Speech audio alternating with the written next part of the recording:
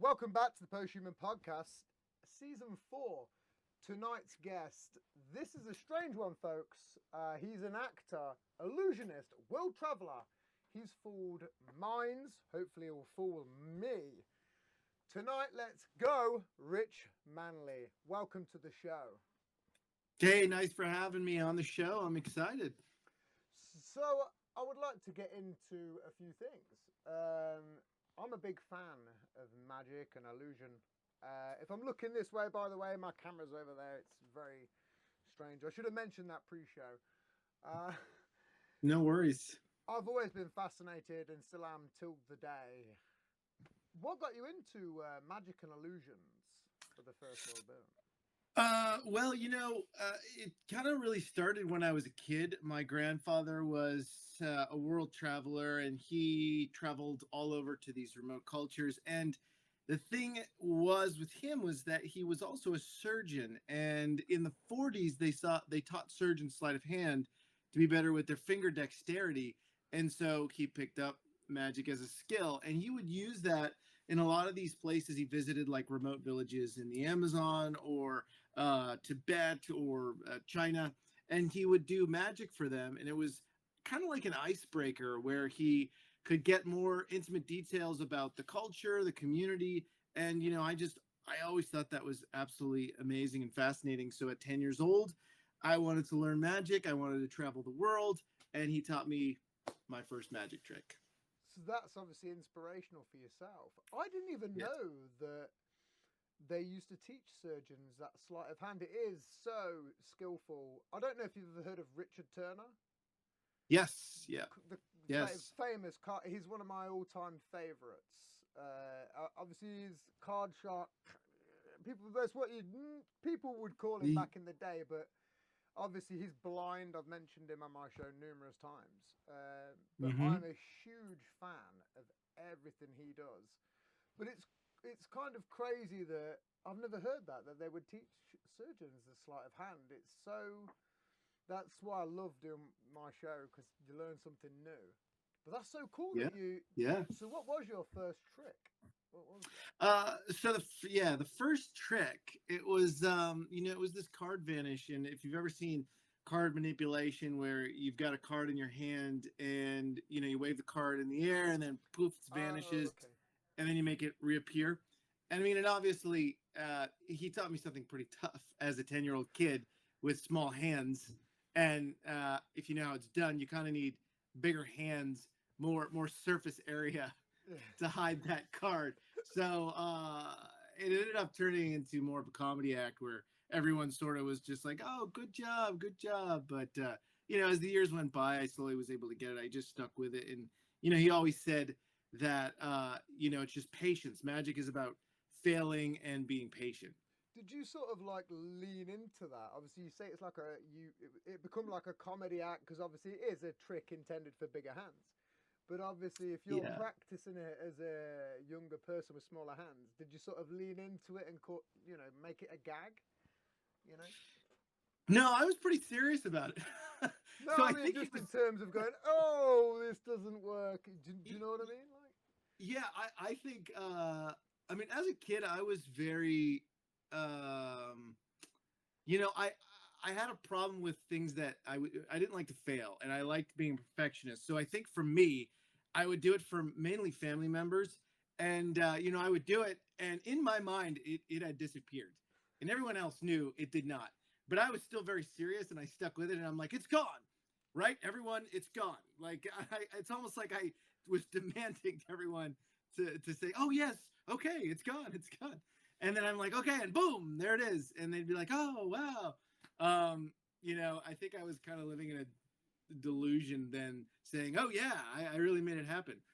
So I didn't really lean into the comedy of it. I think the comedy of it now is more that I was so serious about it that it actually disappeared when you could see everything that was happening. So no, that's cool. Did you ever think about, because obviously when you was doing that, obviously the repetitiveness, it's almost like neuro-linguistic programming, isn't it? In a way where you go in, I would imagine at some point, if you kept doing that as a child, would that have had some sort of impact upon what you are now? You know, even psychologically, you know, because you're going, Yeah. because you know you're going, do you see it now? Do you see it now? Do you see it? But to the point where you've made it a whole different thing, and they can't. You're fooling them. Do you get what I Yes. mean? It's like tricking Yeah. them, but you're also tricking yourself and convincing yourself in a way that's. I can't fully explain it because I'm not No. a psychologist, but No, I know what you mean. And that is, it was helpful for me growing up. I mean, obviously, when you're a magician, one thing that I learned, and I had done a lot of magic at bars and restaurants when I was, a teenager, and then getting, into my early 20s. And so I stuck with the magic. And one thing that I really learned is it's constant, failure and, messing up. But also, the audience doesn't know what you're doing, and they don't really know what the trick is. So, I think that psychology helped in the sense of when I started doing other sleight of hand and other moves, if I had messed up, I stuck with the routine, and I was still, very confident in that what I was doing was all part of the act, and so if I didn't get someone's card, because I knew more about the basics of magic, I would redirect and say, oh, okay, that's not your card. Well, here, let's find a different way to find it. And it was all part of just being kind of improvisational and getting out, okay, this is the card, and you finally found it, even though you screwed up like, 3 times. So. But that's sort of where I went back to, like the comedic side of it. It's like you've almost honed it all, sort of without. Yeah. It's very strange. Like again, I'm not a doctor, but I love to look into people who interview on my show, and it's again, I look into minor backgrounds, but I love talking to them, and it sounds like, from your child, it's all came together through circumstances that I don't even know my own. We don't know how we got to the position we're ever in, but it's sometimes you can look at a person and you can go, oh, this is weaving perfectly, and it seems like between everything is very interwoven to create, again, the mastery of which it is to create an illusionist. Yes, yeah, I would say it's it's a lot of it is motor skill, but most of it is psychology. Even with years and years of practicing sleight of hand, sometimes the most impactful illusions or tricks are self-working, so to speak. It's something where you have people counting cards, and it just works for anyone, and people are more blown away by that. And even magicians get blown away by that, because you're not doing any sleight of hand. So a lot of times those will fool other magicians where it's like, oh, wait, how did you do that? But it's because, it just works in some strange mathematical way. That's why I love Richard Turner, because again, he, is blind, and again, he claims, again, he probably is the greatest card shark he claims to be of ever time. He can deal hands out, which people with pure eyes, he can't. It's unfathomable, to be honest. And it's, again, motor skills. It's all done through touch and feel and things that most people can't really grasp. It's repetition. I would love to be able to do that. I remember being about 10 and buying one of those, little magic kits, and I couldn't do any of it. I went to go and read Harry Potter after that, and fell in love with that. I fell in love with the imagination of magic than rather practicing it. Yeah, no, it's very true. It does take a lot of practice, and I drive my like when I'm driving down the street, it's crazy. I'll always have a deck of cards in my hands, and with one hand I'll be shuffling cards, and the other hand's driving. And it's just one of those things. Yeah. But that's what it is. Like, I love to watch people that do that. Again, especially when it's cards.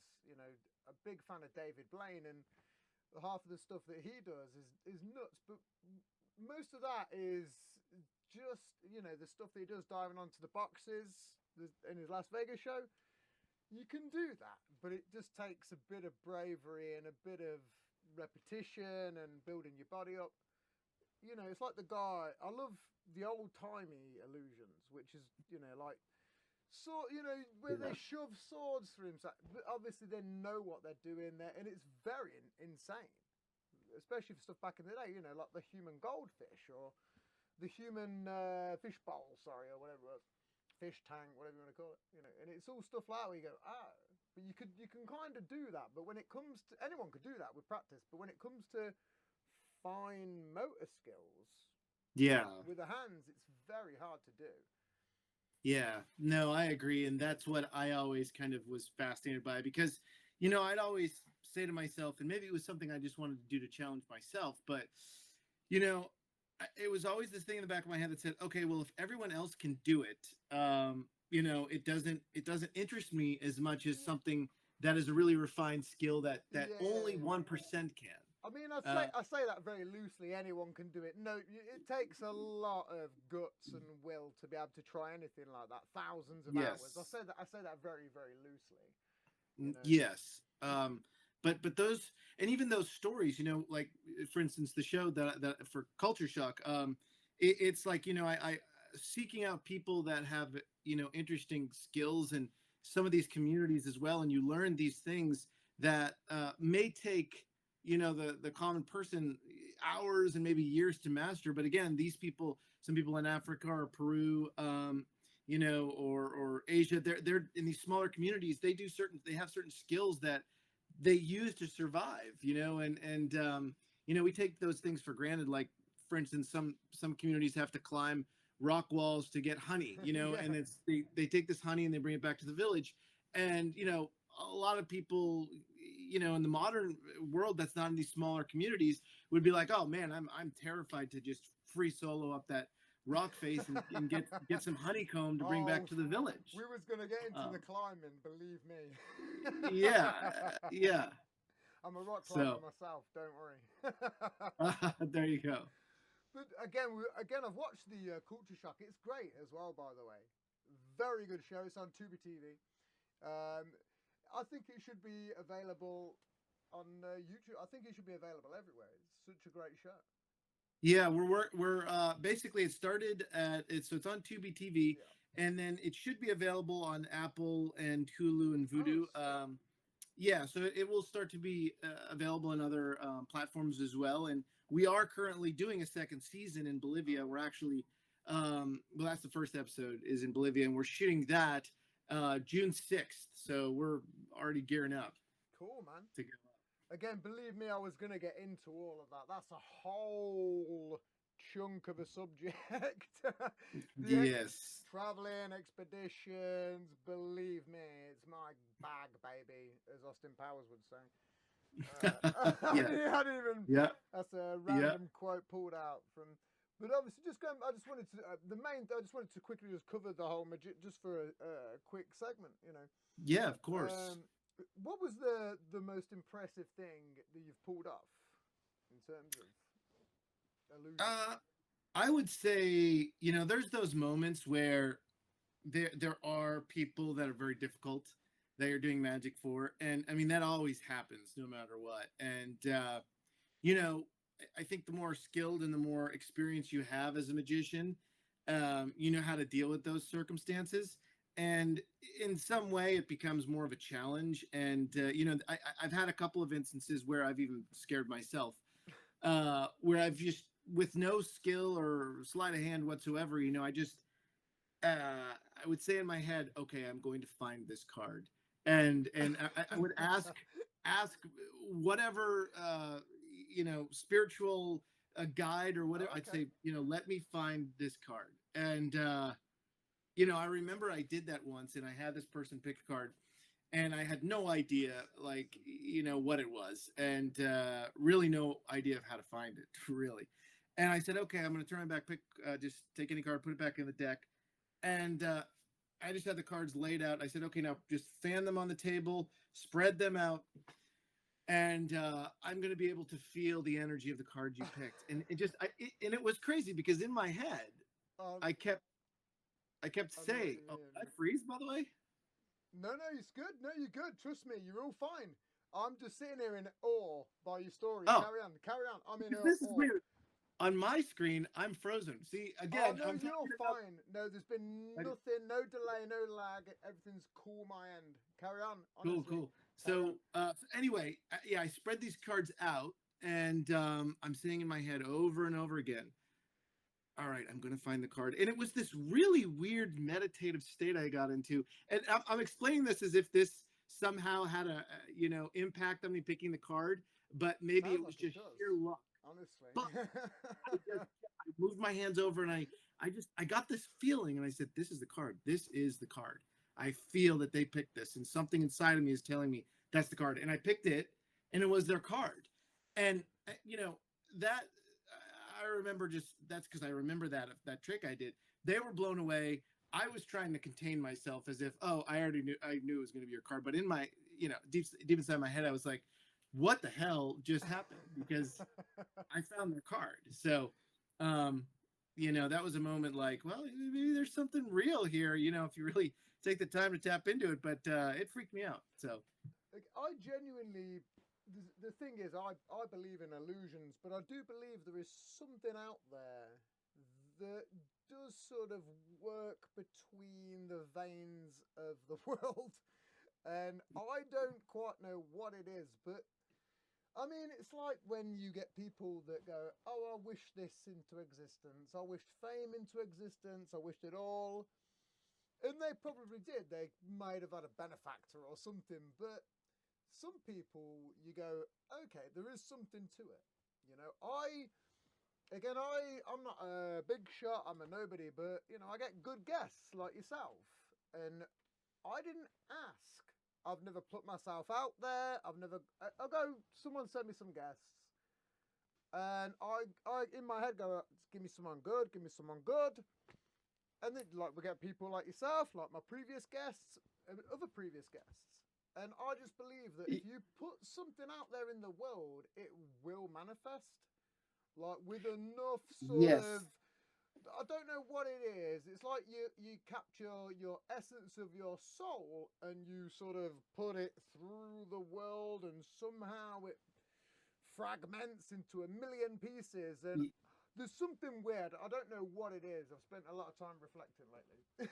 Yeah, Like, it's I very don't know what it true, is. and I spent a lot of time in my early teens, training in martial arts and meditation, I was going to get and into that as well, the martial arts yeah, factor. in kung fu and training with the Shaolin monks, and so I was able to, back then I had really strange transcendental experiences in terms of meditation, and a lot of the times in Shaolin Kung Fu, there is Tai Chi and Qigong, which is breath energy and meditation. So back then I was really practicing, a lot of martial arts and meditation outside, and I would spend time meditating before a martial arts session. And, when you do that, you start to become really connected with things, Yeah. and everything around you, your senses, you're hypersensitive to things. So, if you're outside within nature and around, because I grew up kind of more in the woods of Massachusetts. And so I was constantly surrounded by nature, and, you begin to kind of become connected to that.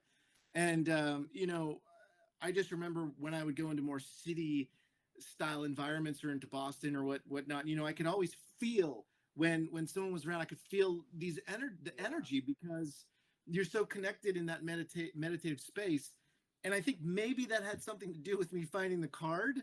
But it was something for a long time. I started to think to myself, wow, this would be an amazing ability to tap into if human beings actually had that power to get to a state, meditating and be able to have real premonition. It's very interesting. I mean, I wouldn't say I'm a conspiracy theorist, but every conspiracy that I've ever said has pretty much been true. But the one thing that's, again, I don't believe in ghosts. So the only thing, I've seen a few phenomenons, but cutting Yep. off that subject, obviously, again, the spooky, we're not even going to go into the spooky subjects. I'm sitting here throwing myself off keel. Yeah, I know. But obviously, it's one of those. This isn't a horror show. It's Mm-hmm. oh, I'm losing my train of thought. Hold on, don't throw it with the horrors. But obviously, just going back, obviously, what you were saying, you know, with the Tai Chi and the Kung Fu, one of my old stepdad, he does that, and he's one of the most centered and down to earth people I've ever known. And it's my Mm-hmm. mum's ex boyfriend as well. I have no ill against the guy, but I remember every day he would go out and do that, like Mm-hmm. morning to night. He goes and does like exhibitions once in a while. It's pretty. I don't know what level. I mean, it's pretty up there. He's been doing it for like 30, 40 years. I wish I'd have spoke Mm-hmm. to him more. Do you know when you? It's kind of strange, you know, when someone's dating you, you go, oh, and then later down there, I go, Yeah. oh, you was a cool guy. Why didn't I talk to you? You know what I mean? It's Oh, like yeah, it's very yeah. strange. No, that happens all the time. Yeah, no, you know, it's funny you mention it because it's one of those things where I really was very into the martial arts in Shaolin. I mean, I'd skip school just to do kung fu and Shaolin. I mean, I'd skip high school and classes just to learn more about kung fu, learn more about martial arts and the spirituality behind martial arts. And that to me, wisdom and learning came from doing. And Yeah, so 100% correct. I had a hard time in school. I mean, early on, like middle school, I was always doing great. I had great grades and all that. But then there came a point, and I don't want to blame it on Bruce Lee, but it, it was when I started watching his movies, and Jet Li and all that, and I was like, Have you I ever read started any of his reading about it. books? Yeah, I started There reading was some of his books. obviously his wife Linda published Yeah, some of his books later on. I've got one of them in somewhere in the studio. One of my yeah, friends I lent one to. The art of yes, The Art yes, of Jeet Kune Do, and it's got it yes, all in there. And he did a muscle building one. yes. I've got both of them. Yeah, Yeah, I've got both of those. One of my friends has got yeah, the muscle one, and yeah. Paul, give me the book.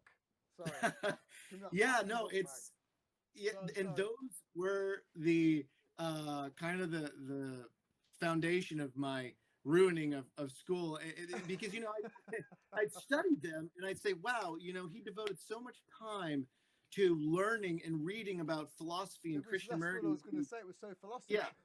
It was yeah, great. and so and I really believe truly that experiencing the mind and body, training both mind and body was extremely important, and it actually brought you to a higher sense and state of being.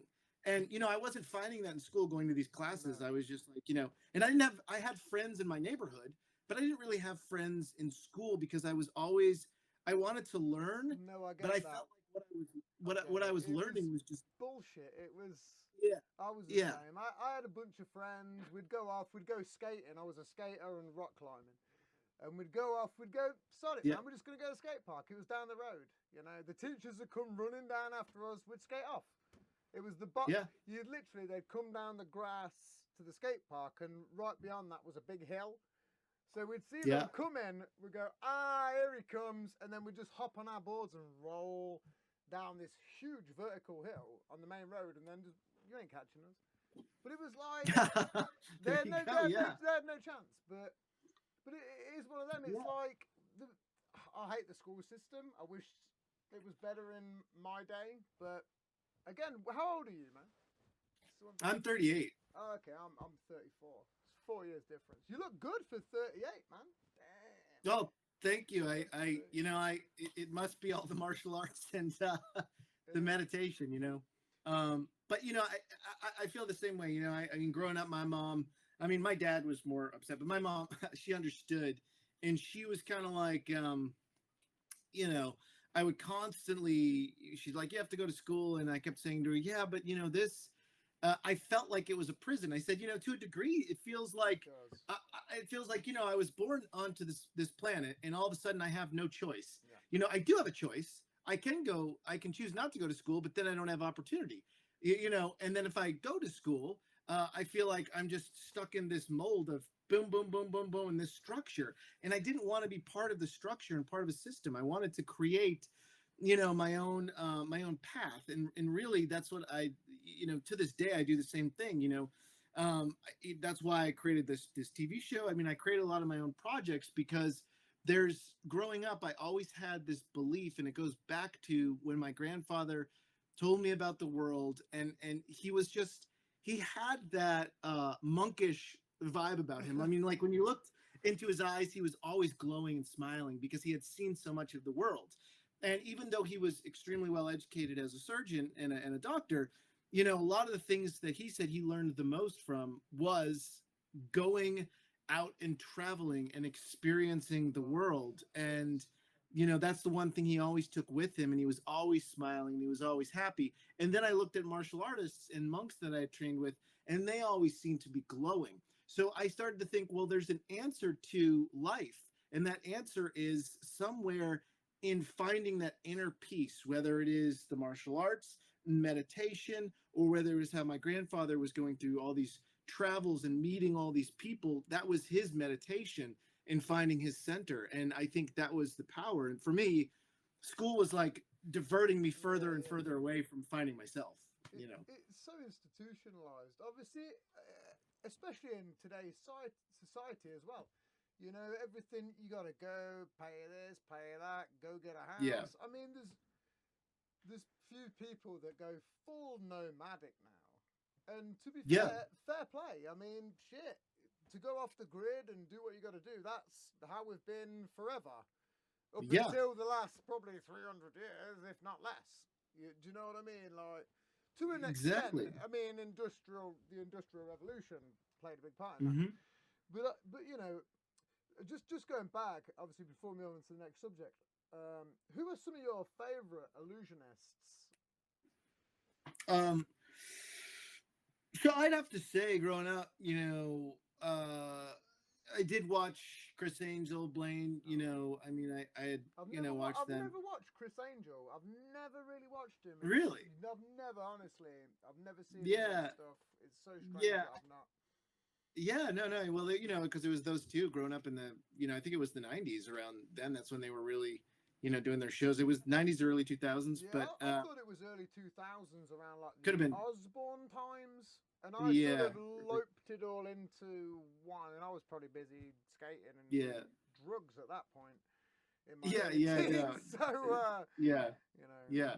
Yeah. It was that, like, around that time. And, you know, I was, that was kind of the inspiration, but also like some of these other magicians that people had really not heard of. And when I started delving into the magic world, you know, I started to really have a lot of respect for, you know, these cardists and these, you know, these magicians that were able to do all these card flourishes and color changes and all these cool things with cards, like Dan and Dave, you know, Dan and Dave Buck. They do here in Los Angeles. They do a lot of these crazy cool card moves back in, you know, they still do it now, but back in the day that was like just coming out where people were flourishing with cards. And you know, there was a lot of those kind of indie magicians that I really liked, and I was like, oh wow, those are really skilled magicians, and I'd love to get that skill, you know, and just practice.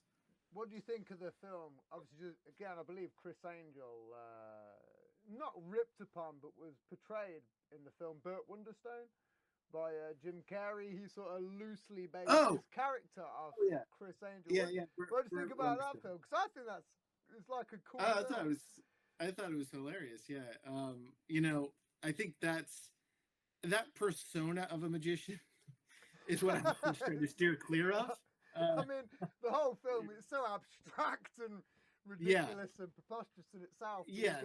You know, but Jim Carrey sold that. He did, like, I don't know what he did. He did some real weird things in it himself, but yes. I don't know what you think of that yourself. I thought it was hilarious because I had always said, you know, for me, realness was what I liked the most. And I think the satire on it is that a lot of these magicians create characters, you know, and they're not really playing themselves.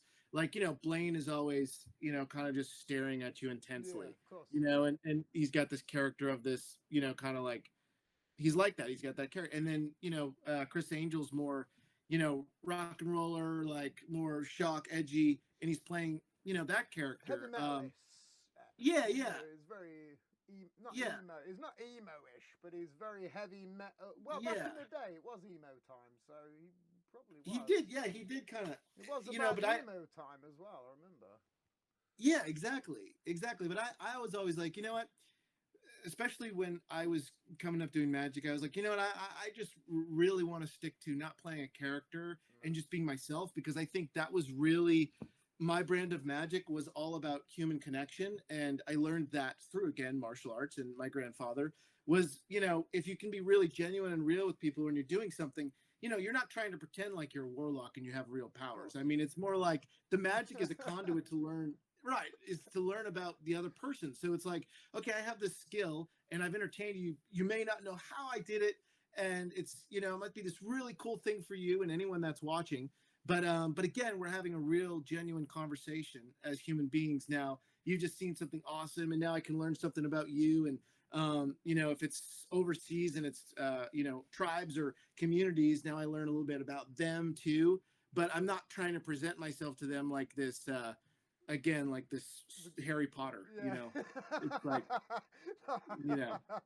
It'd be even more impressive if you, on one of your expeditions, just put the glasses on and go, listen, I'm Harry Potter, baby. Check these fellas out from back in the day. I'm older now. Yeah, exactly. Cool. But, I mean, they'd fall for it, which is so fucking crazy with the uncontacted tribes. They go, this guy? You just go, this. Look at this, me. Yeah. But, I mean... It's true, yeah. It is true in a weird way, and it's fucked up to say it, but it is kind of true that you could with, What do you think about Darren Brown? I very rarely get to bring him up on the show. It's I never met Darren. Because he's not a magician, but he does. It's the same field of, because all magicians do some form of neuro-linguistic programming and the psychology behind it. He doesn't do illusions, but what he does is essentially magic, but on the mind. He can, he tricks people in a different way. Yes. In a kind of way that's very dirty to me. I mean, I learned neuro-linguistic programming when I was 18. I can't remember the guy who I learned it from. He sold me a book. What was it now? I can't remember his name. When I remember his name, I'll splice it into the show. Yeah. But I think the book was called The Dark Side of Neuro-Linguistic Programming. And he used to get people to do this insane, crazy shit. I wished I could remember his name.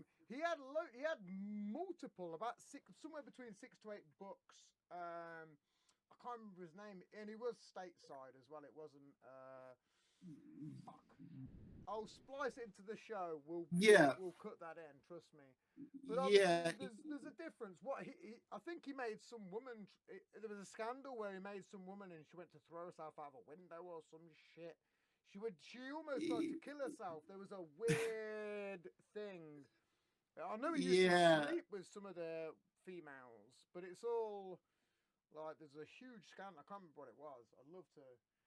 We got that? I'm trying to remember too myself, but that all that stuff is, it's like what I always say. It's, you can use magic for good or you can use it for bad. I kind of, I mean, I've always seen it as something that's supposed to bring people together, but magic is in and I guess illusion, and there's a whole broad spectrum and subcategories of it, and this is more mentalism.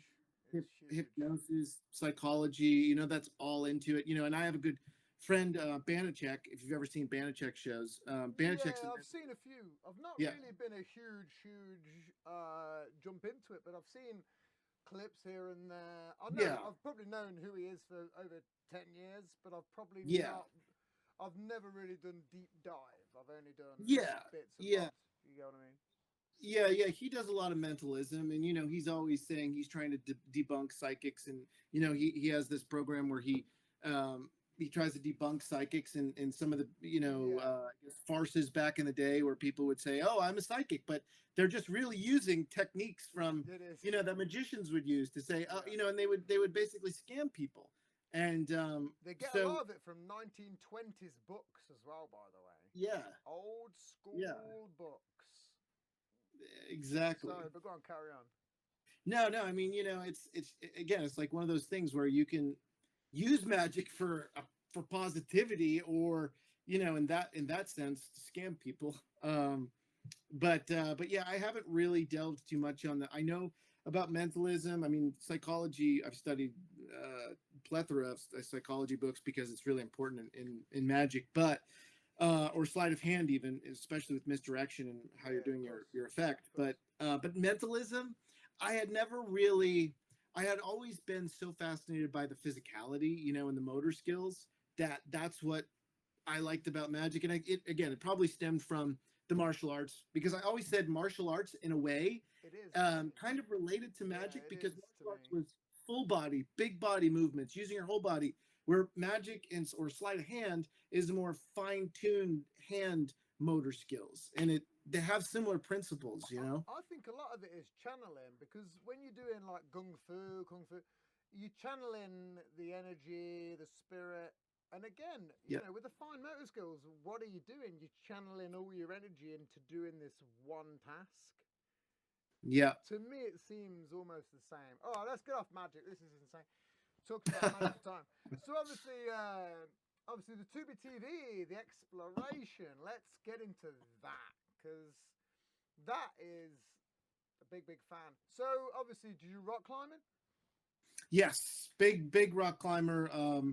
Done that for years. That's probably one of the main things I do adventure wise. I do a bunch of other things like whitewater kayaking and scuba Okay. diving and all that I've stuff. never But scubaed. I've yeah, done rafting, but I can't scuba. It's my only drawback. it's a whole nether world down there. Like Yeah. seeing it is just. I always say it's an amazing experience to try it once. I would love to. I've done snorkeling, in sort of minor waters, but I've never got, you know what I mean? There's different, huge differences. So Yes, obviously, expeditions. That's one of your fortes. yes, yep, Earlier you mentioned about Bolivia.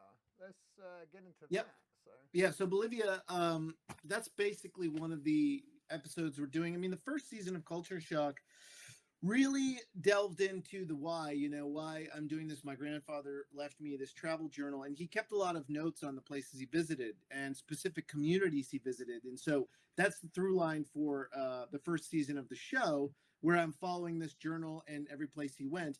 The second season really delves more into, again, first season is about connection and culture. Second season is still about connection and culture and magic, but it's delving more into the adventure side of things. My grandfather, he wrote a lot about adventures, and he scaled the Matterhorn back in the day. With the Piolette, big wooden fan. Piolette, and Yeah, yeah, and big the fan. the leather boots, like Yeah. not the stuff we Wow. have today. No. Um, No. yeah, Trust me, I understand that. yeah, and so that was like for me, just seeing that growing up and hearing those stories was why I really got into a lot of this climbing stuff. And so yeah, again, Bolivia is all about incorporating more of that, more expeditions, meeting the cultures, meeting people, but going on an adventure to get there. So in Bolivia, we're climbing a 6,000 meter peak. Okay. Potosi is the peak there out of La Paz, and we're also meeting these women. The name they're cholitas.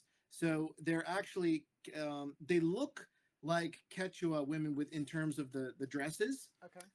but they're indigenous women there, and they ice climb and they mountaineer. So Oh wow. they do it in their traditional garb dresses. They don't wear suits or No. puffers or anything like that. They climb the mountain in what they're That's in dresses, insane. and so it's just amazing. It is insane. And so we're doing a piece over there on that and doing a whole expedition. So Man, that's crazy. See, I mean, I would love. Again, I've made a few plans, but obviously I've got two young kids. You got kids? I do not. I mean, That's a I've different. just been so busy. I'm always traveling. I I would be a know. terrible father right now because of all the places I go. It's my drawback. I would love to go, and again, my dad, when I was younger, he led many expeditions himself. He's climbed the Eiger. He's done a lot of shit. He taught me to rock climb, and pretty good. Very cool. I'm pretty cool. Pretty good at it. I'm just a little bit out of grade at the minute. I need to do a bit more lately. It But happens when you take time off. It's like one of those crazy things, but you get it back quick. it's muscle memory, isn't it? Yeah. Yeah. I took my son the other week to just a basic UK climbing wall. And again, he's not a big fan of heights, so we weren't there that long. And we paid for the hour, and I was like, "Can I just quickly scale up this as quick as I can?" Kids climbing wall. Obviously, the record was like 14 seconds, and I jumped up there in about 8. I went, Hey, I went, yeah. am I allowed to have that? And they went, no, of course you can't. I went, come on, man. Take home the medal. Yeah, I was like, come on, you gotta give me Yeah. that. Well, I haven't climbed in about 15 years. Come on, it's probably been less than that, but obviously the jokes aside. But even then, I'll come back the next day after doing a couple. Obviously, I come down and my son he went off and got some stuff when I got food, and I was like, I'm gonna ride this bit out. And come back home the next day. I was like, "Jeez, man! Like these are muscles I haven't used in years." Yeah. But then the following day after that, I was like, "Oh, this is painful." Following day after that, I was like, "We need to get back into this." And like, when you enjoy the moment, you go, "Oh, this aches like fuck," but then the next day, Yeah. "Oh, this is amazing. Like, why didn't I Yeah. continue this?" But Yeah. it's all muscle memory. So obviously, It is. I try to keep up with it all the time.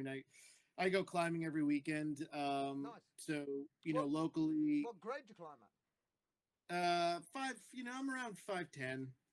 I do a lot of leading. I don't like to really top rope, but I don't like to. For me, climbing is.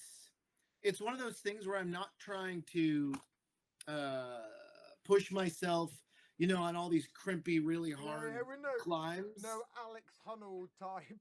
Yeah, it's very commendable, and I commend people that do that. But for me, That like, solo was nuts. yeah, that was insane. It was insane. I like to climb more for like the exploration aspect of it. Like, oh, I can get to the top and explore. Like it's a skill that I keep up with because it's part of being an explorer. Like you should know how to climb, and you should keep up with it. But taking it to that extreme next level, I commend people who do that. But I keep it at a certain grade. That solo we did of El Capitan, one of my dad's friends. He went like the year or so prior. Obviously, he just went up it and climbed it pretty reasonable. But then ropes and whatever. I think he was with his partner or something, and he's a pretty good climber. But obviously, when you see someone that can solo it, no ropes with fuck all, you go, that's bananas. And again, he's one of the most skilled climbers I know. But then you see someone like Alex Honnold, you go, that's a fucking different level, mate. You go, what are you doing? Yeah. You go, what are you doing? Like, it's insane to be that channeled in to whatever. Again, you have to be so much.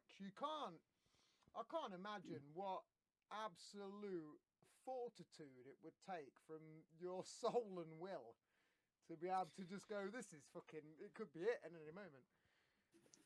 Yeah, I as much as martial art, I mean, I've always thought about that myself, all the martial arts training in the world. I mean, you have to be like a samurai. Yeah. Where basically samurais, their whole code was, metaphorically killing themselves, knowing they were going to die. You just have to have that mindset of you're just going through life as a dead man already, I guess. Or you're not really thinking about it. Well, I mean, I've never really thought about it. I mean, that's essentially what it is, isn't it? Yeah. But imagine that, and I can't, there's stories of him where, people have just been walking by and he gave his bag of chalk to people. You go, what the fuck?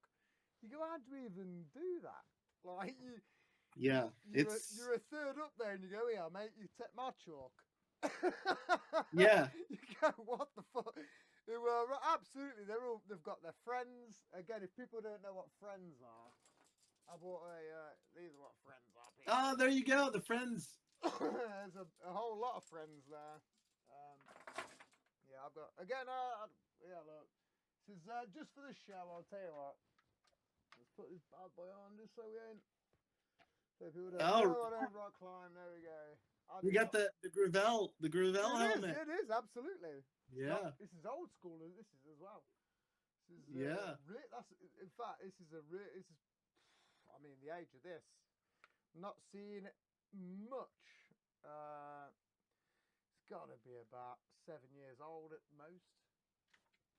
Well, you'll have to break that out again. I need to. My again, what do you climb with? I use Scarpas, and I've got a set of red chilies somewhere. Scarpa is what I use. I climb at E4 mostly. Probably not now. it'd probably be like V-diff. I'm there like, Yeah, I know. Yeah, I have a lot of so I work with different companies, and so I climb a lot with Scarpa as well. You know, Scarpa is one of the companies. Great. Best boots. Scarpa makes great stuff, and you know I use their ice climbing boots too. I don't know if you do any ice climbing, but they're Phantoms. I've not. My dad does a lot of it. I've never been. I'd love to, but it's just ice climbing is one of those things where I think you also too, in some way, have to have a free soloist mindset, because you just again everyone knows you don't want to fall. I've heard stories. Again, my dad's a pretty good climber, and I don't know where it is, but there's a place where he went to, and you can only climb it for sort of like 7 days out of the year. And during like 2 of those days, they tip a bunch of boiling hot water over the edge. So you kind of, I don't know where it is. I can't remember where it is. I'll have to ask him where it is. But basically, like during that time, it's right above this big processing plant, and they just funnel all the water over. So you know, if you're climbing it, you're kind of fucked. Yeah. It's limited certain times of the year. I'll have to ask him about it. I know he's climbed it, but not for me. Again, he's climbed the Eiger. Not for me. Yeah. He's climbed a lot of mountains. The Eiger's his pinnacle. I've wanted to climb it myself, but I don't know. It's amazing. I don't know. Yeah, no, there's a lot of places that I've wanted to climb to. I mean, we actually do have a couple of places. We will be doing more climbing in the second season. Madagascar. Nice. What's the climbing like there? Because that seems like a very uncharted place in terms of the books. Yeah, which is what I love about it. You know, I mean, I love those kind of uncharted feels. That feel to them. Where's the grading? I can't imagine there's much grading systems on that at all. No, and there's some big wall. There is a big wall there, and there, you know, it's interesting. You can also climb some of the baobab trees as well, which is interesting. You know, it's probably a totally different thing, but yeah. So there is a very interesting big wall there, which we have our eyes on, and then you know in Alaska. Over there's, I mean, that's more mountaineering, but we'll be doing some stuff there. And then Tanzania in Mount Kenya. There's some great climbing on Mount Kenya.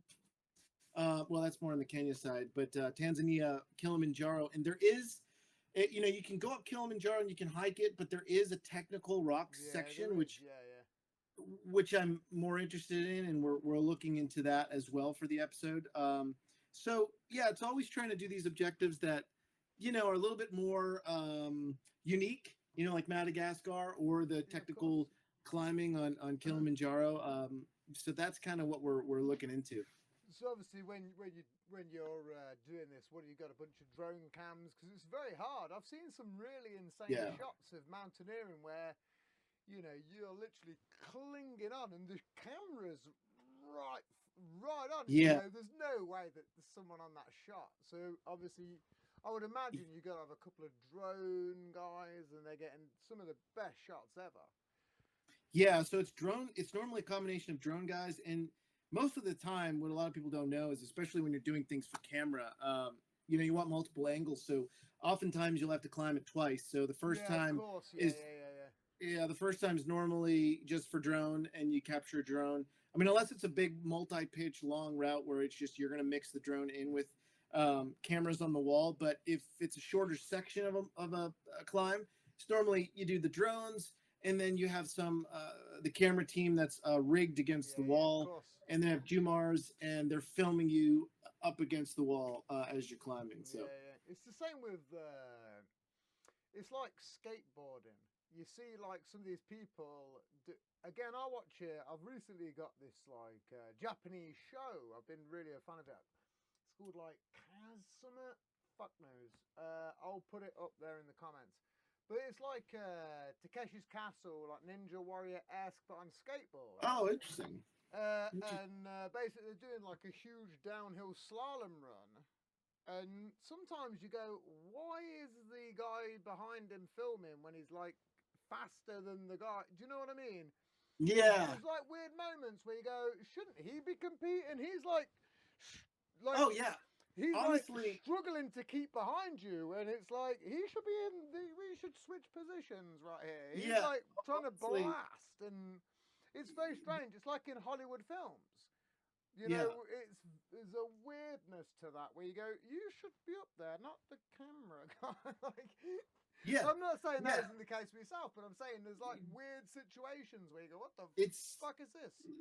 it's really true because a lot of times those camera teams have to be extraordinarily skilled. Oh yeah. And almost on the same level as whoever is in front of the camera because they're not only doing the activity but they're also filming it, so they have to be they have to have it just they just have to have if it's climbing, they have to have the climbing down like that because they're focused more on protecting their lives and filming. So they're climbing at like E7 with a bunch of like, it's like the Sherpas. You go, Yeah. no one can match that. Come on, but everyone thinks they Yeah. can. So obviously, what's been some of your favourite expeditions? What's been one of your go-tos? If you go, this was the best time yet the worst, because that's how it tends to be. It's like it was horrendous, but then you look back on it and go, oh, that was the best. Yeah, there's been some great ones. I think climbing in Pitamarca, Peru was one of my favorite because we reached this village and it was snowing, by the way, and we were doing, we were vertically ascending, we were vertically climbing. I think it was like a 5-10 climb, very crimpy climbing on this very sharp, cold rock. Multiple pitches up, and we opted to take a path up the mountain to this village that was not the direct route. I mean, you could take cars up as far as you could go, but we opted not to do that, and we trekked and then we climbed. We just wanted to make it, that's the best way more of to a do it. yeah, and it was such, it wasn't a fantastic adventure, but there was so many issues with it just because it was winter and we were climbing in the cold. I mean, my hands, I couldn't feel. I mean, I don't know if you ever climbed where you just cannot feel the tips of your hands, and it felt like I was climbing like I felt like the bones were, there was no skin. It was just bone touching nothing. It's like you might as well just lob a hammer straight to your finger. Yeah. Like, yeah. Honestly. It's insane. So, for most people that don't quite understand, there's no feeling that you can get where you can physically. It's like blisters upon blisters upon blisters, and then it all breaks and it just reverts to nothing. And it literally, the best way to do it is you put your finger like this in a vice and tighten it, and then set it on fire for a couple of seconds, and then shove it in the freezer. And then you'll go, this is the worst. And then take the clamp off, lob that, and you'll go, fuck. That's how it is the worst.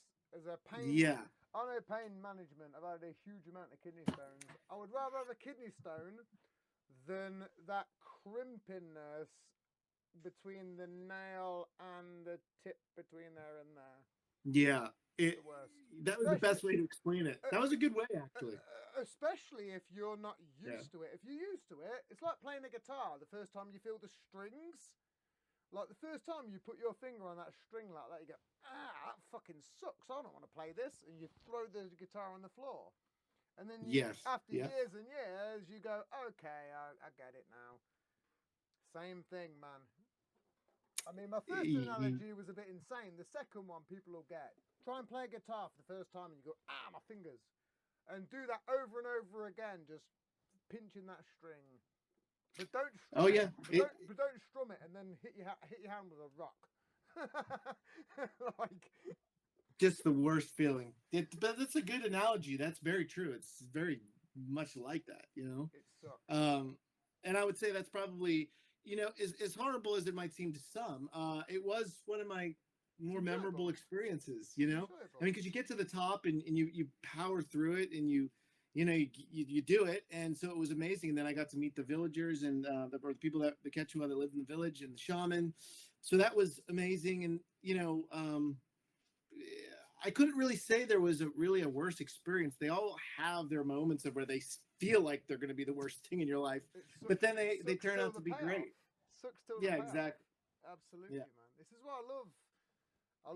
Again. At some point, I intended to do a big expedition myself because I wanted to. I've wanted to do the Amazon for years, and I was going to do it pre-COVID, but then COVID happened, and it was like, oh, and then I had another kid, and it was like, oh, fuck, of Ye- course, and now, but every once in a blue moon, I go, come on, we gotta go.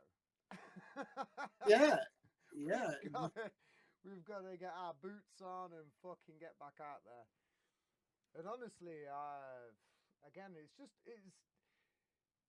being again, when I was a kid, my dad did it. I feel like again, you got to see the world, man. I've not been out in the world, but it's like there's a lot more to see and a lot more to experience. And if you don't get it, what's the point? You can't pass anything on. I remember being a kid and Exactly. my dad brought home a rug that was worth like $1 trillion fucking Kurdish dollars or whatever the hell it was, and it was and it was like it literally was like worth fuck all. You go, what the fuck? But when you look at like the scale of that, this was like 20, 30 years ago. But you go, what the fuck, man? You know, the currency exchange rate, the bullshitness, like something has to be done about that for a start. One world equality. Let's all get ruled by the aliens and come under that. But Well, that's another topic for another time. But yes, I would tend to agree. I would agree with that, specifically about the aliens. But I don't need to open up a whole discussion on that. So no, of course, that's a whole different, But that's a I whole mean, other thing. it is. That's a whole different thing. So obviously, the Tubi TV. What got you into acting? What was the whole driving force behind that? You know, it all goes back to the martial arts. You know, I mean, I it goes back to that. Like I told you when I was watching Bruce Lee. You know, I wanted to be. Which is why I trained so hard in kung fu and studied a lot of different martial arts, not just kung fu, but I'm glad kempo, you karate, actually Wing call Chun. it gung fu as well. Most people call it kung fu. It's called gung fu. I'm glad you call Yeah, it that. yeah. So You know, I mean, when you're actually an exponent that spends time, you learn you want to say it correctly. um, but yeah. So it started with that, you know, and I wanted to come to California with all these skills that I had, you know, and stunts, you know, like the climbing and all the other aspects. You know, I knew ropes, I knew, you know, rode motorcycles, I did martial arts and all these things, and I wanted to be like the white Bruce Lee almost, you know, and so I came for that aspect, and I met a lot of great people in the stunt world when I first came out here, and that was fantastic. Got a lot of work with them, and then you know, down the line, I started, you know, I really wanted to do the acting too. I started saying to myself, well, you know, I not to seem like you know, like I need the recognition, you know, because I just love doing this, but I really love creating characters. And, you know, I was seeing, you know, the actors being allowed to create the characters and the stunt people were the ones that, you know, of were course. really the ones doing, oh, did we lose? Did I No, lose we're you? good. Oh, No, there you we're go. good. We're good. We're good. We're good. Yeah. You know, and the stunt team were the ones that were, you know, making the actors look good. And I was like, yeah, but I'm going back to the same thing. Bruce Lee, you know, did it all. He was the actor in front of it. He was acting and he was doing martial arts. And I really wanted to be that action hero guy. And We so we do have a bit of I started. we do have a bit of lost video. Hold on. Does now for a second. First time. Hold on. No, no worries. Hold on. If you flit it, I can edit. I can if you flit your cam on and off, I'm sure it'll be fine. Okay, cool, cool. Just let me know when to bounce back in, and I'll. Yes, it's sound. It's all good. Oh, we're good. Okay, cool. Yeah. Oh So no, I don't mean that. I meant it's all good by That's so odd that it's done that.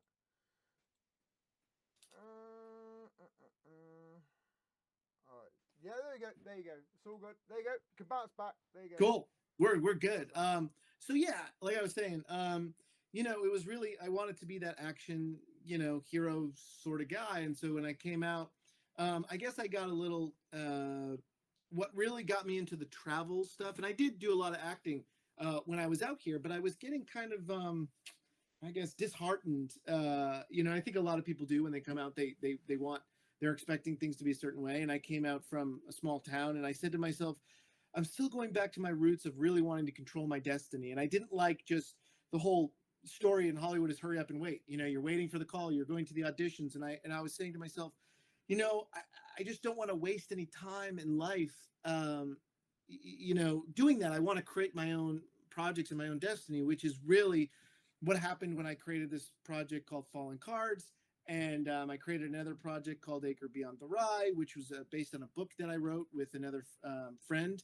Okay. And so I do a lot of writing as well. And then Culture Shock, that came about years ago as well, when I did my first international travel. And I started thinking to myself, I need to be the master of my own destiny. I need to go out and create. And that was the big thing growing up, was always create. And that was what really made me happy, was that creating and not waiting. Is there anything that shocked you on Culture Shock that obviously you couldn't really put onto the first season? I mean, I'm sure there is. Obviously, if you can't talk about it because of contracts. Yeah, no. Obviously don't, because I don't want to fuck all that up. Do you know what I mean? But obviously, if there's anything that you could say that isn't too risque, too fucked up. No, there's tons. I mean, I would imagine so, but obviously you have to keep it PG. No, I mean, I often said, especially with my buddy James, who he's in the first episode, he's in the last episode too. James Houston is my adventure travel buddy, and I had actually met him in Radford University, where I went to college. And oddly enough, you could minor in martial arts there in Virginia, which is why I went. But anyway, so I met him, and he was crazy to do that. I know, it was wild, but that's what drew me to it. And he would always say to me, he's like, Rich, I wish we did a TV show on everything we didn't put on camera, the behind the scenes of all this, because that to me seems like it's more compelling. And I'm like, you know what? I agree. There's so much crap that happens behind the scenes. It's insane. But we had situations where some of it is mentioned in one of the episodes where there was tribal warfare. There was a war going on between two tribes in Ethiopia. And yeah, it was insane, because we had reached the Omo Valley and the Mercy tribe, and apparently the Mercy was having some conflict over land and the borders of their land, and there was also some bandits that had robbed a tourist vehicle, and mind you, this is in the middle of nowhere, so there's nobody around.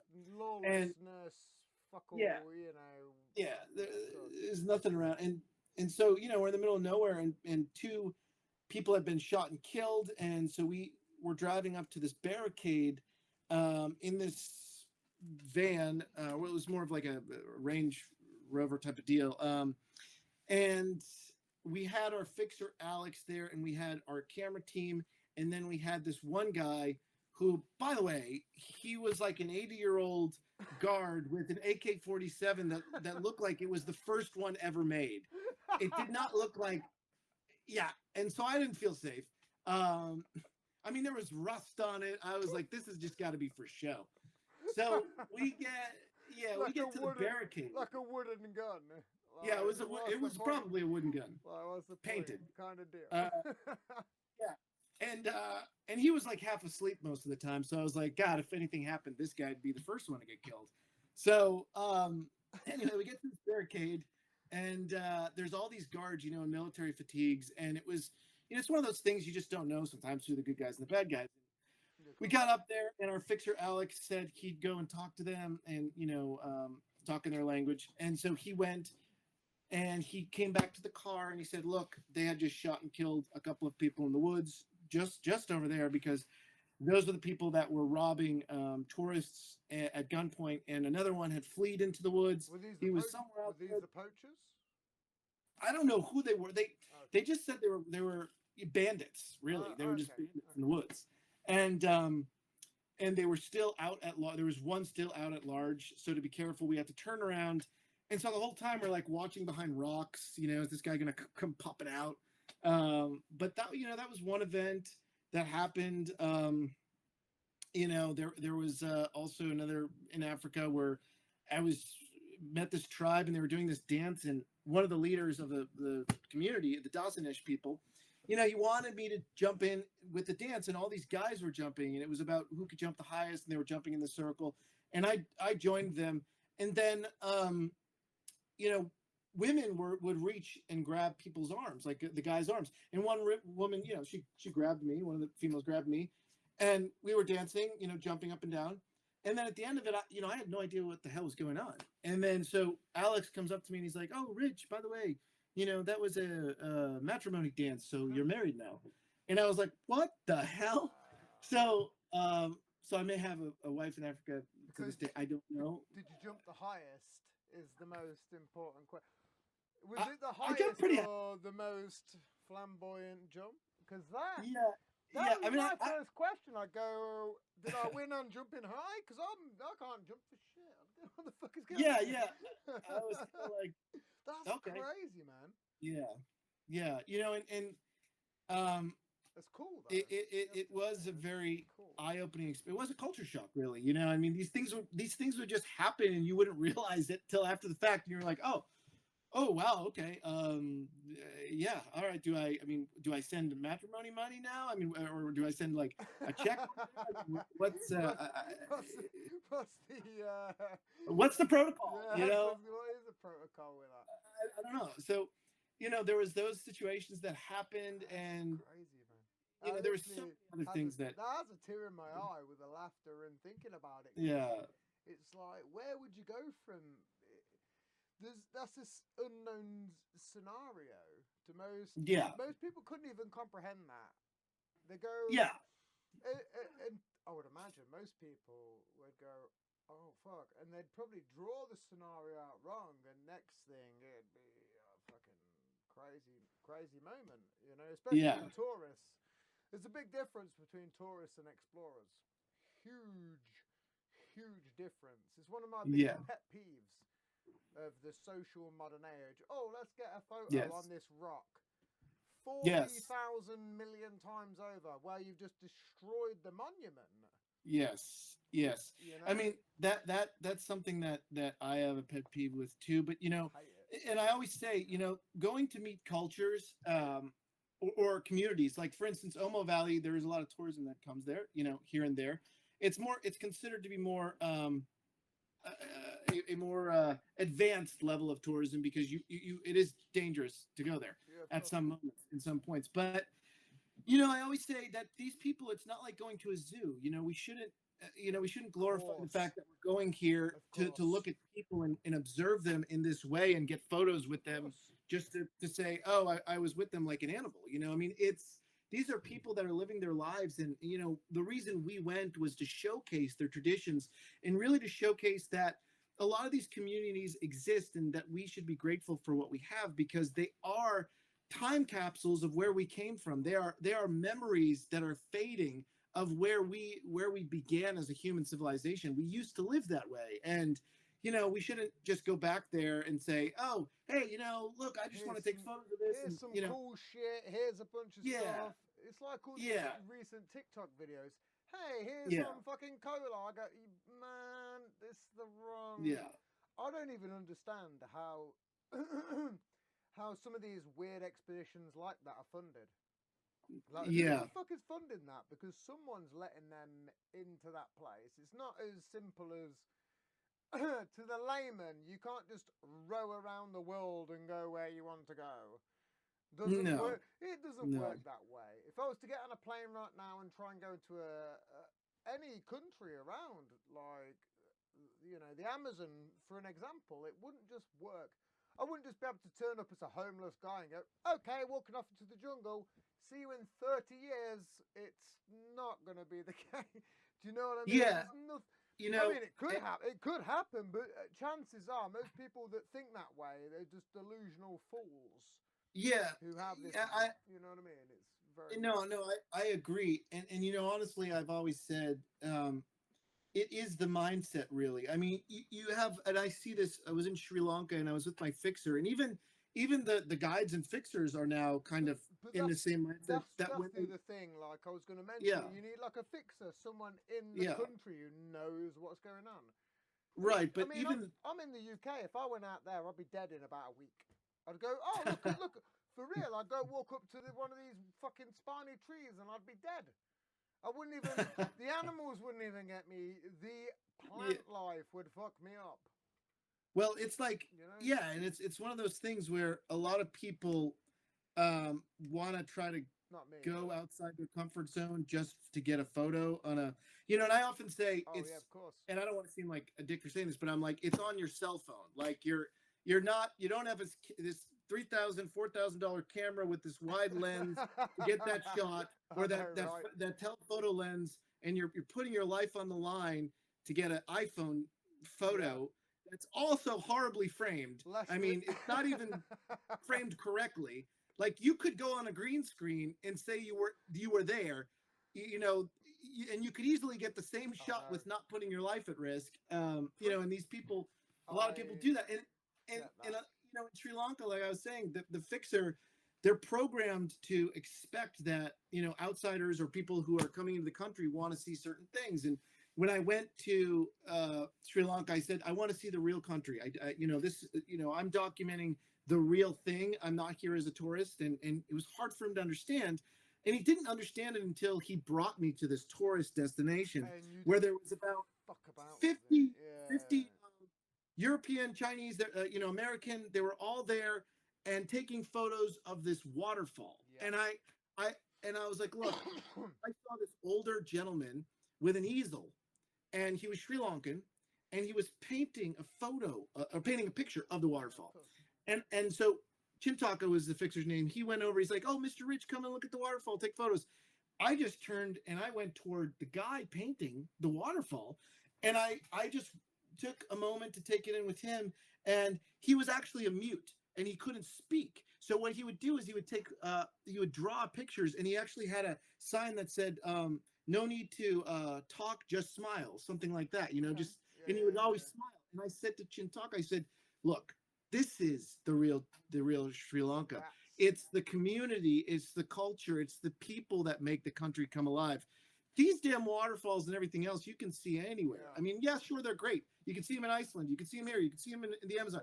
That's great. You can see them in a postcard. But what you can't get is that culture and that interaction with people. And I think that's what we're slowly losing, is that everyone's pushing each other out of the way to get a stupid photo and trampling on everything else. It's all worthless. To me, that guy with his easel is the Renaissance painting in the moment.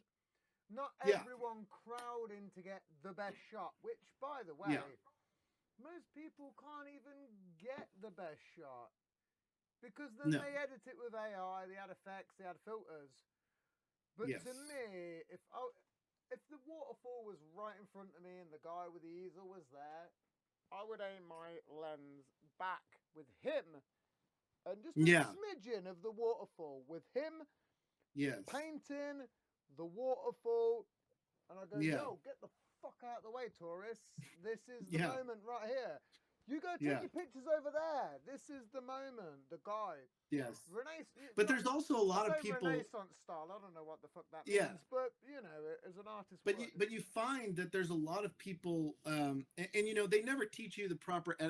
I'm somebody that's very much into etiquette and everything, and I feel like there's a lot of tourists that go out and they don't really know. They feel like they're the most important person in the area, and it's not true. You got to remember, there's the culture and the people that live there are the most important. You know, and the people that go up Everest every year, even the other week, do you see the thing on K2? On K2 there was a snowstorm. Sorry, not a snowstorm. One of the crevasses fell. Something went on. Yeah, and it was something happened, and people were there with video. People were dying. You go, what are you fucking filming for? They're like, Yeah. It's hideous. But that's There's no regard for no.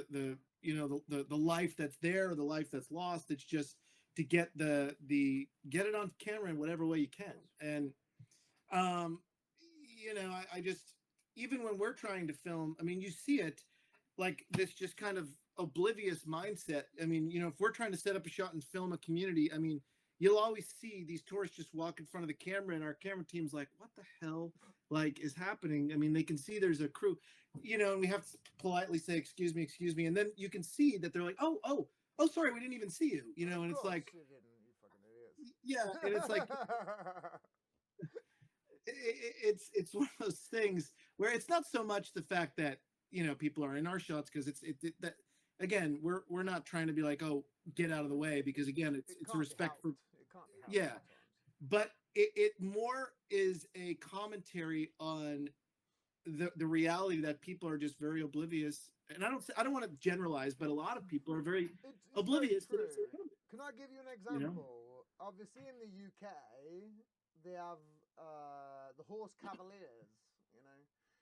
They're literally on the horses. Don't go up to the horse because it's probably going to bite you. They're trained, they're bred in a certain way. And you can Google, woman gets too close to horse because they want to take a picture of it.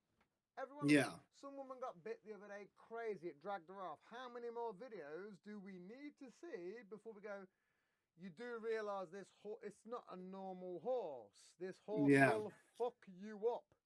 It's bigger than you for a start, and it does bite. Yes. And it's a horse. But the simplicity of it is the fact that every single person just wants to get closer and closer to the danger, to the point the other week that woman got ragged by the arm. You can't sue anyone. Sign's right there. Do you know what I mean? It's sanity in itself, that shit. Yes. It's crazy. And it happens all the time. But I mean, I wish you had to go through and enter a country, and customs would have to like check your etiquette card before you came in. I think it should be a thing though. Manners, what does it cost? It costs nothing.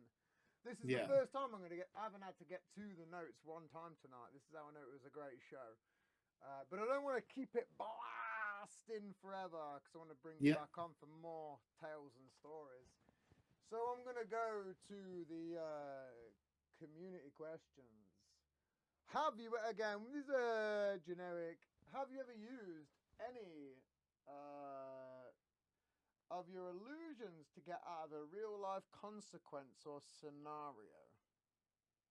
Yes, multiple times. There was actually one time in Egypt where I was held up at gunpoint by 20 guards with AK-47s, and they, at that time, this was one of my first international travels, and my friend James, going back to him, he brought a camera with him, and we were filming me explaining the hieroglyphs on the hieroglyphics on the walls, because I could read them, and I knew what they were saying because I was so fascinated with Egypt. So I started explaining what the murals were and the painting, and everything that was on the wall, this Luxor temple. And so then we got basically told to shut the camera down. We did, and then we left that area, and we were being followed by a lot of the curators and Egyptians who worked there, and then eventually held up at gunpoint. I got brought in for questioning of what I had filmed. They said, we have heard that you were filming in the temple and you were impersonating an Egyptologist, which is a felony. You can go to jail.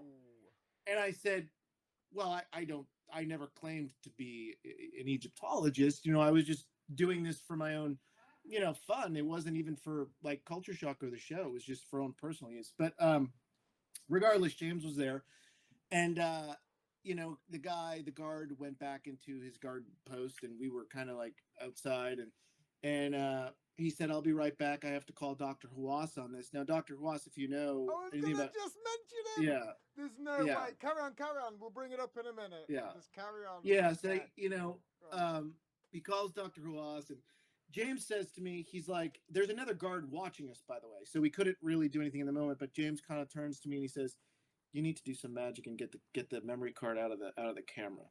And so I was like, oh, don't worry, I'm on it. So the guard comes back out. He said he was talking to Dr. Haas about what the consequences would be. And I was like, you got to be kidding me. I couldn't believe this was happening. And so James said, all right, hold on. And he starts talking to the guy, redirecting his attention. And I end up, the other guard's watching me, but I'm just holding the camera and I have another memory card palmed. And I just open the slot, take that card out, put the other one in just very casually as I'm just kind of looking around and just, just waiting, and switched it out, palmed it off. And so now that I had an empty memory card in there. And so when the guard came back with James, he said, he's like, okay, your friend is telling me that you two were not filming anything and that you were just going to turn the camera on, but you never turned it on.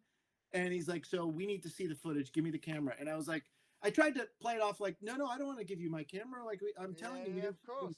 Give me the camera. Give me the camera. And I said, well, eventually they then and looked at the camera and he's like, how do I turn it on? I said, okay, here you go. Turned it on. Nothing was on there. And he said, all right. Well, still, I have a complaint. And James said, look, we'll give you some money. And he said, oh, okay, give us 3,000 Egyptian pounds.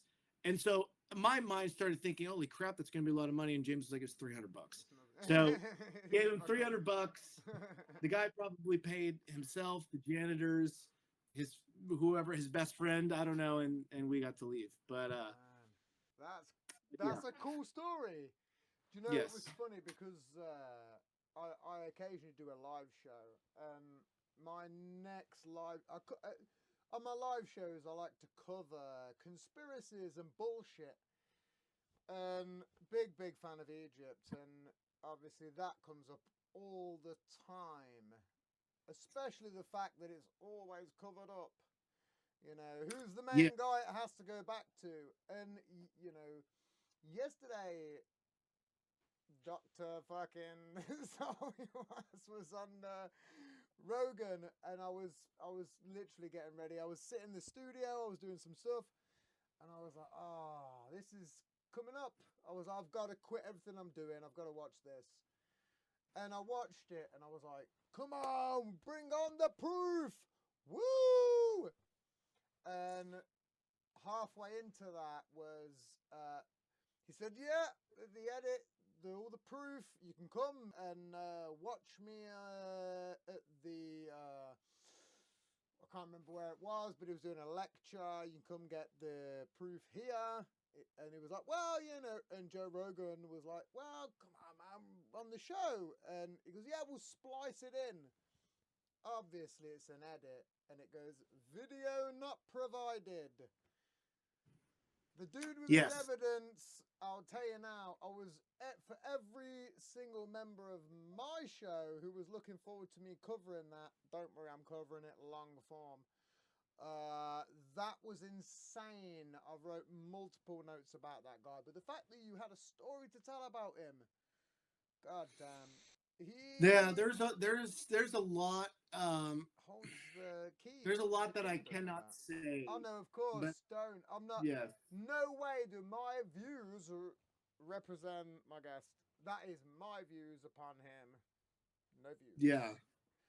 No, I have my own, because, there are a lot of people in Egypt that have their, again, being amongst the people and talking with them and being, doing magic for communities, you become accepted within the community. Well, he believes in magic, and that's where I was on his side. I was like, oh, shit. Yeah. I was like, very religious guy, believes in magic, but then when it come to them talking, could magic have been used to build the pyramids, it was like, no.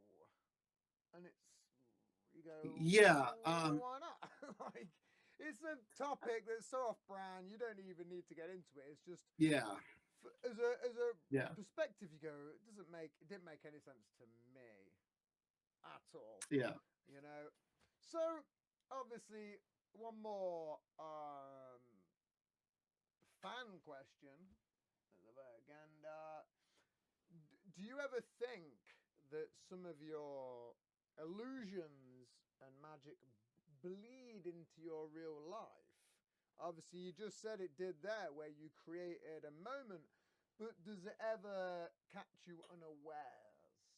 I believe is what they meant to say. Yeah, I think it does sort of happen because as a magician, I use that term loosely because I'm more of an explorer, adventure, and I use magic as a way to bridge And I'm sorry I cultures keep and coming back communities. to the magic, but But there is something no, to no, no, that no. That's beyond the exploring. no, Fucking rip no, it no. off. That's totally fine. I mean, because there is a whole persona and a whole understanding, and I think it's really goes back to the psychology aspect of it. I think the psychology of magic I use in my day to day life because there's a lot in there that helps you communicate with people in a way that's not.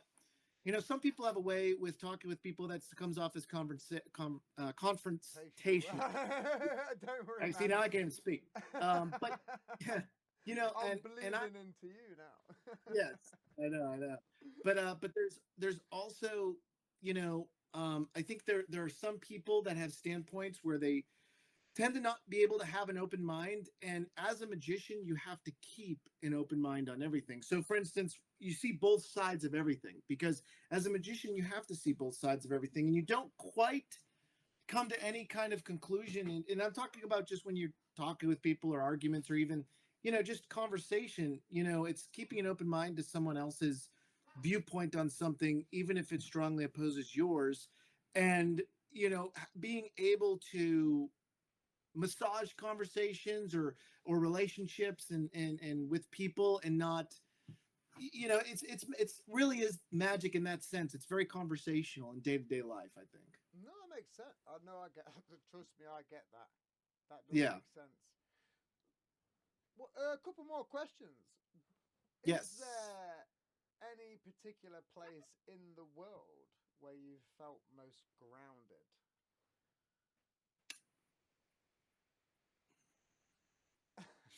Very tricky. Yeah, Very because tricky. I will say Very this: tricky. there's different there's different moments in every place where I feel very grounded, and so to pick the one that is the most grounded is really difficult. But I will say I'll say a couple, and I'll say the mountains of Tigray in Ethiopia.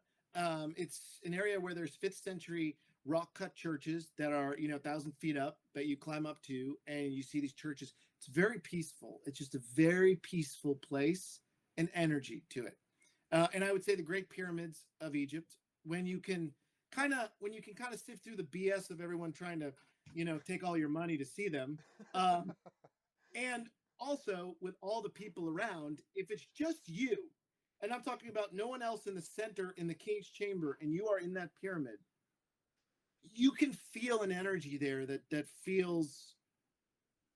Uh, it's one of those things where if I were to say to someone, "Oh, the Great Pyramid was not created by the Egyptians," you're going to have all this controversy. But then you say, "All right, well, go inside the Great Pyramid and just be in there and just meditate for a second."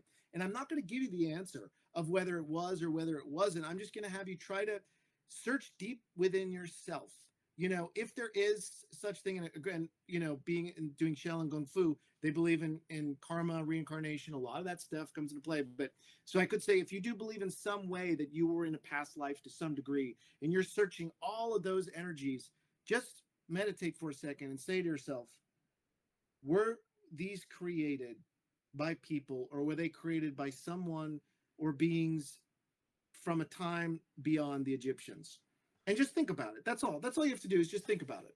And you may come to the answer if you're able to just quiet your logical mind for a moment, because there is a very peaceful and meditative moment in that pyramid where you start to realize that the architecture of this goes beyond anything that we could do. And so I would say that that's a moment there. And then finally in Peru, um, there was the moment in Pitamarca where the shaman does a ceremony to Pachamama and Pachamama's Mother Earth in their village, and she watches over the whole village. And if the ceremony goes wrong, they have a bad harvest. If the ceremony goes well, they have a great harvest. She watches over them. And so at the end of this ceremony, and I kid you not, it was so peaceful, as if the wind was part of Pachamama's aura around us. And it was winter, so the skies and the clouds were overcast. But the ceremony concluded. We all had a sip of red wine, and we burned some coca leaves. And the skies split open at that moment, and there was rays of sunshine come out. And the shaman said, who our fixer translated, that we all had become brothers and sisters that day. Anyone at this ritual, which is just our team in the Quechua, so just the four of us in the Quechua, and that she was happy. And, I mean, whether he was playing off the fact that that was a coincidence or it was real, it was one of the most miraculous things, timing wise, that I had ever seen for something to actually happen naturally. So, That's fucking crazy. See, that's the stories I love. yeah, Natural occurrences. Well, like we yeah, said at the start of the show, like it's welling things into existence, and it can kind of happen in the moment. That's fucking yes, nuts, man. It's moments like that where you kind of go beyond yeah, comprehension. You go, this isn't reality. It's like is a simulation. Obviously not, because we're all here living our lives. But yeah, but it's almost like it's a pre-programmed, destined thing to happen. Moments like yeah, that where you go, this is fucking nuts. All right, let's yeah. question what we got. Oh, oh, did you? Oh no, I won't do that one. Fucking hell, keep it PG. Just I know you got shows coming out. We'll keep it. Again, I get crazy questions coming. We're not going into any of that shit. Okay, well, no, I mean, fuck it. Obviously, you get like ceremonies, drug ceremonies. It's not drugs if you're in a different Mm-hmm. country. Ever experienced any of those weird moments yourself?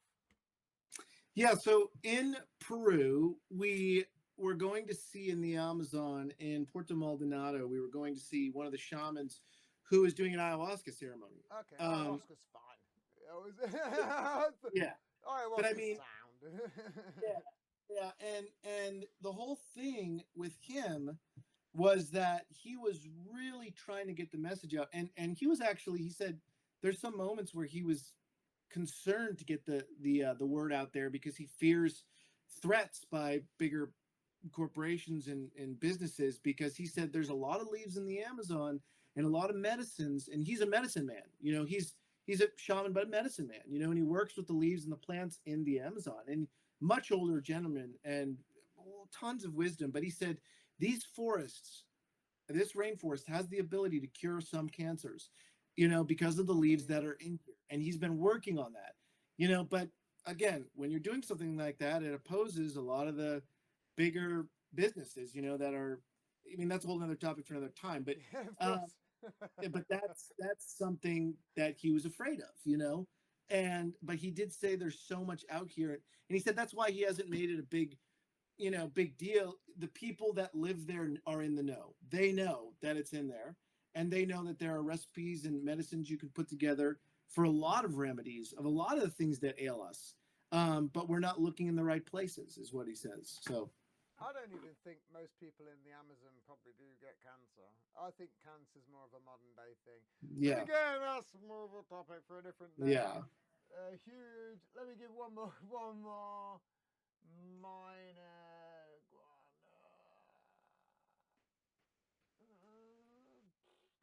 Okay. Have you ever done a trick that has? Well, no, that was at the start. What the fuck is that bullshit? You answered that one at the start.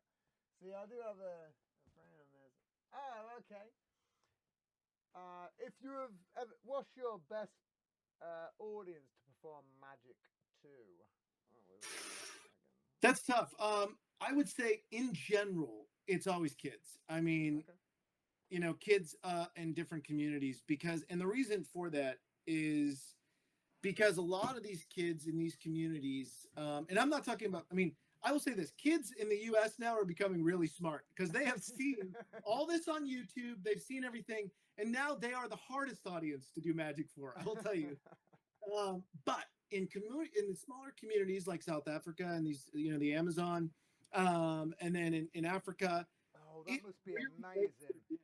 Oh my Yeah, god. I mean, because a lot of them don't have access to TV or internet and the ability to see this, and become inundated with this magic. So to them, it's something that happens for the first time. And what I really enjoy about it is that it gives a lot of these kids some hope, in the sense of, oh wow, I could be anything. Like there was this one girl I met And I think she was like 12 years old with her brother in Africa, and she was saying she was studying to be a pilot, and all her dream was she wanted to be a pilot in Africa. And I did this effect for her, and you could just see that she was just wow. She went crazy. She absolutely couldn't believe it. Her brother couldn't believe it, and it makes dreamers out of people, and it makes the impossible seem possible. And I think that's really important for the youth in a lot of these communities, is to do something that seems absolutely that could never be done, and it's done in front of their eyes, and it gives them hope to say, oh well, magic exists. I can be this. I can do this. And I think that's really compelling. That's a good story, man. Well, listen, obviously this has been a great interview. I've loved this, man. Where can people find you? Obviously, Tubi TV. Where else? Yes. So I have my show. It's called Culture Shock: Bridging Cultures Through Magic. You have to add the Bridging Cultures Through Magic, otherwise you get a whole bunch of shows. Culture Shock. But that's on Tubi TV. So check that out. Culture Shock: Bridging Cultures Through Magic. And then also, if you want to hear updates on any of my own personal adventures, it's www.expeditionrich.com. And you can see all the things that are happening with me, including live touring shows that are happening with me going around and discussing my world travels and performing magic on stage. And then also, if you want to follow me on social media, my Instagram is at Rich C. Manley. Any updates on the TV show, you go to www.cultureshockmagic.com. Perfect. Do you actually lead expeditions from your website as well? I don't personally do it because I just, that eventually I will do that. It's just I haven't had the time. I'm so busy with filming them. Okay. But that is something that I'm thinking about in the future of offering. We are also thinking about doing a giveaway for one of my live stage shows where someone could win a package where they go on a trip with me on an expedition. So. And it right here, they've already lost it. It's coming to me. Yes. Nah, just fucking about. I would love to do that. I'd love to come on an expedition sometime. Listen, folks, this has been the Posthuman Podcast. I've been your host, Dr. Timothy K. Turner. Tonight's guest, Rich Manley. Thank you very much, folks. You can find him on the links. Catch you on the next episode. Thank you.